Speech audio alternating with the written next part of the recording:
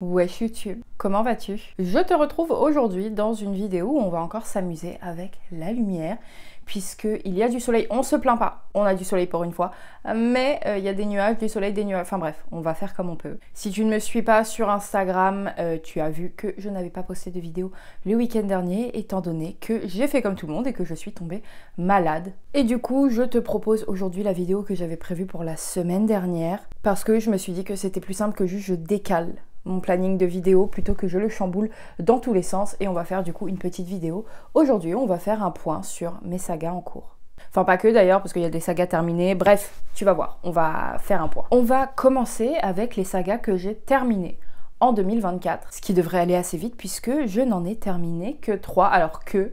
Encore une fois, je ne suis pas une énorme lectrice de sagas, je m'y suis remise, je dirais, ces 2 dernières années, mais avant ça, pendant très longtemps, et depuis l'adolescence, je ne lisais quasiment que des one-shots. Donc tu vas le voir, j'ai pas non plus 3000 sagas en cours, mais pour ce qui est de celles qui ont été terminées en 2024, il y a tout d'abord Magic Charlie, évidemment, d'Audrey Alouette, édité chez Gallimard Jeunesse. J'ai lu en 2024 les tomes 2 et 3, et je t'en ai déjà parlé ici plusieurs fois. Magic Charlie était dans le top de mes meilleures lectures de l'an dernier, ce n'est pas pour rien. Donc je vais pas revenir en détail sur ce qui fait que j'aime tant cette saga, mais tu l'as compris, c'est pour moi l'une des meilleures sagas jeunesse que j'ai lues de ma vie. Je la recommande absolument à tout le monde et très chaudement. C'est une saga jeunesse qui, au-delà d'être extrêmement bien construite, bien ficelée, met en avant des choses qui sont importantes à mettre en avant avec les enfants et qui le fait de manière extrêmement subtile. Bref, Magic Charlie, évidemment. J'ai ensuite terminé en 2024 Steam Sailor de E.S. Green qui est édité chez Gulfstream parce que j'ai lu le tome 3, j'avais lu les 2 premiers en 2023, il me semble.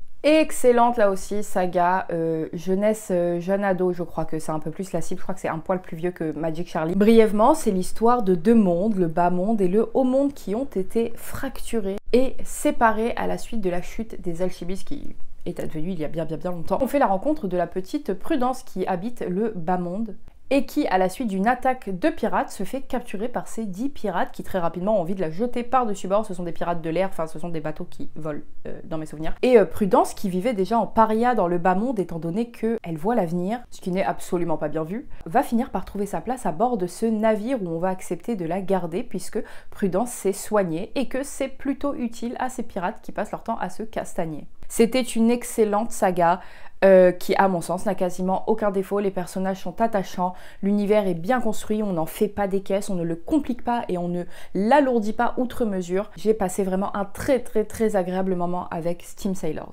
J'ai également terminé La Maison des Jeux de Claire North, édité chez Le Bélial. Donc pareil, je t'ai pas mal parlé ici, avec ce lieu secret, la Maison des Jeux, qui accueille des joueurs qui ont su faire leurs preuves et dans laquelle va alors se dérouler des parties qui ont des conséquences bien plus grandes qu'on ne le pense. Les joueurs vont mettre en jeu des choses qui leur sont extrêmement importantes, comme par exemple des années de leur vie, et les parties vont se dérouler sur un terrain absolument immense, puisqu'elles vont se dérouler dans la vraie vie, et c'est pas très clair. Mais par exemple, dans le premier tome, si je ne dis pas de bêtises, se joue une partie de tarot, et les cartes qui vont être utilisées sont des vraies personnes de la vie, quoi. Il y a beaucoup de choses que j'ai aimées dans cette saga, j'ai beaucoup aimé le début que j'ai trouvé extrêmement prometteur, c'est original. Claire North a de plus un style incisif qui est très agréable. C'est franchement, moi quand j'ai lu le premier tome, j'ai trouvé ça vraiment rafraîchissant parce que très original. Manque de peau, pour moi ça s'est un petit peu essoufflé dans le 3e tome. Malgré tout, ça reste une très bonne trilogie qui propose plein de nouvelles choses et ça j'ai beaucoup apprécié. On va continuer sur les sagas en cours et je vais commencer avec les 2 sagas que je n'ai absolument pas continuées en 2024. Je n'ai malheureusement pas continué L'Épouvanteur de Joseph Delaney, édité chez Bayard Jeunesse, je crois. Saga que j'ai lu dans mon enfance, dont j'ai entrepris une relecture il y a de ça 2 ans. J'étais au tome 7. Si je ne dis pas de bêtises, je suis toujours au tome 7. Je compte bien la continuer cette année. C'est juste pas une énorme priorité, mais je prends beaucoup de plaisir à me replonger dans cet univers que j'ai tant aimé. Voilà. Je n'ai malheureusement pas continué les aventures de Anne de Green Gable de Lucy Maud Montgomery, édité chez Monsieur Toussaint Louverture. J'ai lu les 2 premiers, je suis toujours aux 2 premiers. J'avais pour objectif de lire le 3e au printemps dernier et malheureusement je ne l'ai pas lu parce que je n'ai pas pu l'acheter tout simplement. J'ai adoré le tome 1, j'ai un petit peu moins aimé le tome 2, même si c'était toujours très plaisant. J'ai vraiment très envie de continuer. J'espère pouvoir m'offrir le tome 3 ce printemps. J'ai continué par contre cette année La Passe Miroir de Christelle Dabos, édité chez Gallimard Jeunesse, je pense, puisque j'ai lu les tomes 2 et 3. Il ne me reste donc plus qu'un tome à lire que j'espère pouvoir lire cette année. Je l'ai vu en livre audio, je ne sais plus si c'est sur Nextory ou sur Spotify, mais ça peut être une bonne, un bon moyen du moins pour moi de clôturer cette saga. La Passe Miroir, c'est une saga que j'apprécie bien pour l'instant. J'ai bien aimé le premier tome, j'ai beaucoup aimé le deuxième. J'ai trouvé le troisième pour moi un peu décousu. Il m'a moins convaincu que les autres, mais ça c'est pas grave, hein, c'est très personnel. C'est cette fameuse saga dans laquelle on rencontre Ophélie qui lit l'avenir des objets en les touchant et qui a la faculté de passer à travers les miroirs pour se déplacer. Dans le premier tome, elle est fiancée à Thorn pour des raisons politico, on sait pas trop quoi. Et bref, c'est l'histoire de cette gamine qui va se retrouver plongée dans des intrigues dans lesquelles elle va avoir évidemment un rôle à jouer. La Passe Miroir, c'est très agréable, je comprends absolument la hype que ça a eu à sa sortie parce que c'est tout à fait mérité. Là aussi, univers très bien construit. Je te dis, moi j'ai juste moins apprécié le tome 3 qui j'ai trouvé n'apportait pas grand chose. Thorn me gonfle aussi, voilà, c'est un personnage avec lequel j'ai beaucoup de mal. Mais c'est une saga très plaisante, il ne me reste qu'un tome donc je compte bien la clôturer cette année. J'ai également avancé Les Voyageurs de Becky Chambers puisque j'ai lu donc les tomes là aussi 2 et 3 ou 3 seulement. Oui 3, j'ai lu l'Archive de l'Exode puisque j'attends leur sortie en poche pour me les procurer. Ils sont donc d'abord édités chez La Talente, traduit normalement par Marie Surger, je sais toujours pas comment on dit, mais c'est toujours la même traductrice. Pareil, j'ai été franchement emballée par les 2 premiers tomes des Voyageurs, cette espèce de space opéra. Bien qu'il ne se passe pas grand chose, arrive à nous tenir par des problématiques plus profondes sur l'identité, la place qu'on a, l'acceptation des autres, l'acceptation de la différence. Je trouve que Becky Chambers a une réelle habilité à mettre ces sujets-là en avant de manière très subtile et douce. Je trouve que Becky Chambers soulève des questions très profondes avec, encore une fois, beaucoup de subtilité et ça, c'est toujours avec elle quelque chose qui marche extrêmement bien sur moi. Il ne me reste donc qu'un tome aux Voyageurs qui, normalement, sort cette année en poche. Évidemment, je me ferai un plaisir de le lire comme ça a été le cas pour les autres de ces titres, bien que je t'ai dit, le 3e tome des Voyageurs m'est moins plu que les autres. Peut-être que j'y ai trouvé aussi à certains moments quelques redondance. C'est bien beau qu'il ne se passe rien, mais à un moment, il faut quand même pas qu'il se passe rien du tout. Enfin, je sais pas.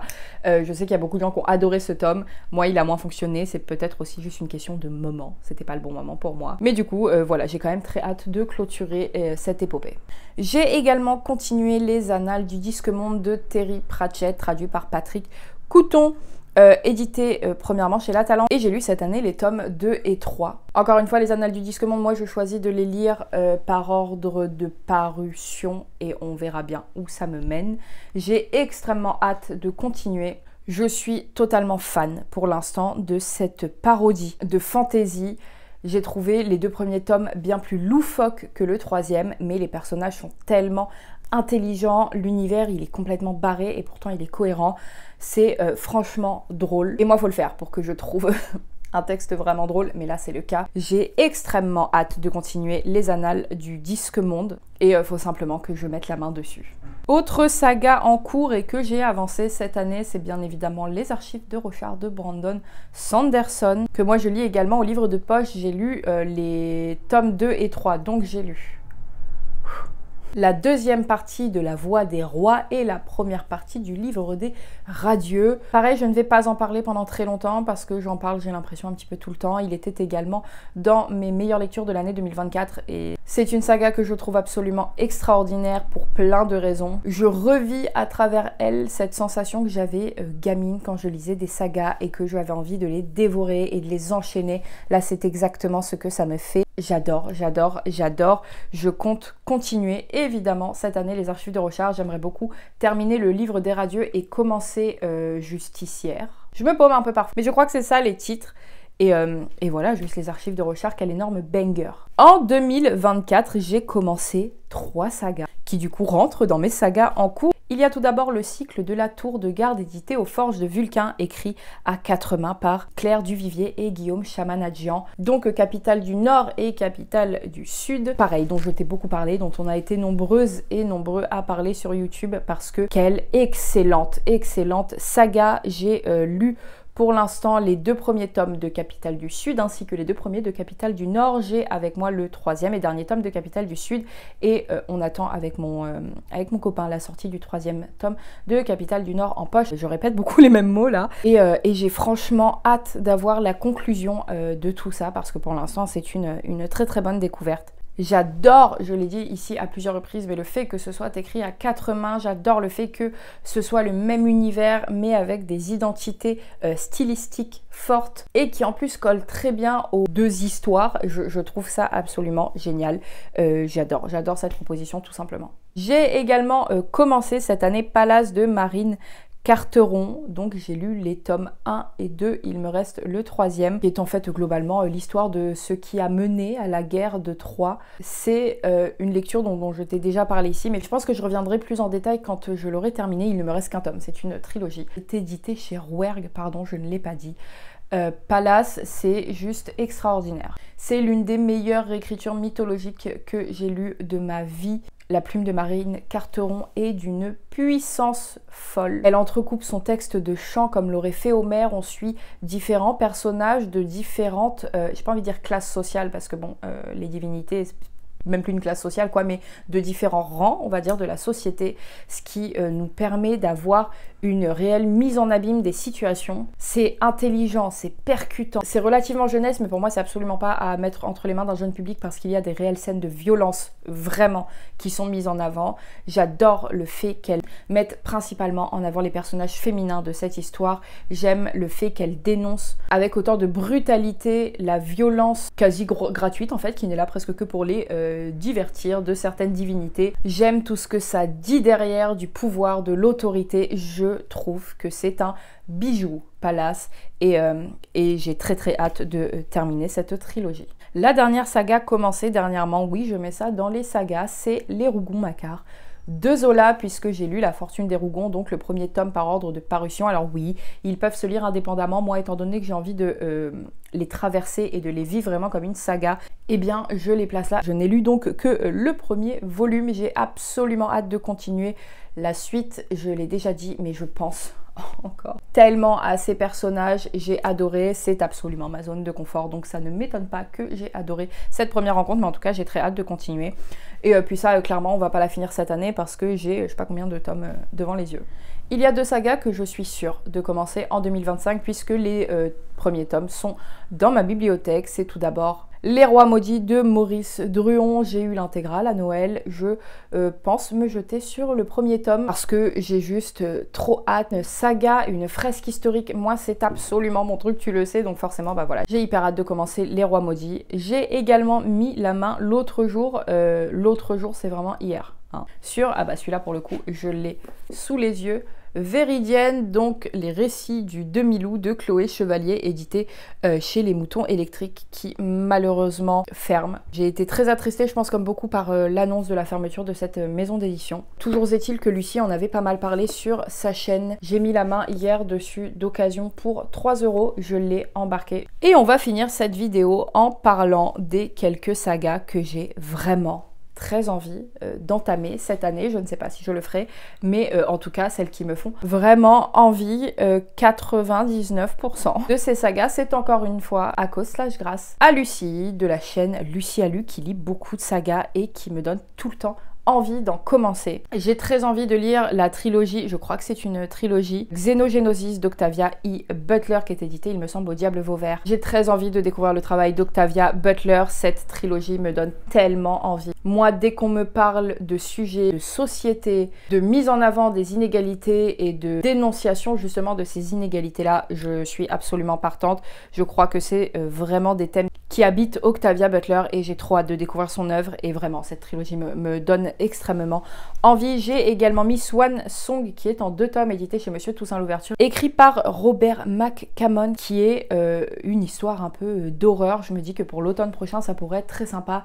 J'ai adoré Zephyr Alabama de Robert McCammon, que j'ai mis dans mon top de l'an dernier, tu l'as vu. Évidemment que j'ai envie de lire d'autres choses de lui et j'ai bien envie de me laisser tenter par Swan Song. J'ai hyper envie de commencer Gideon la 9e de Tamsyn Muir. pardon, je sais pas trop comment ça se prononce, édité chez Actes Sud.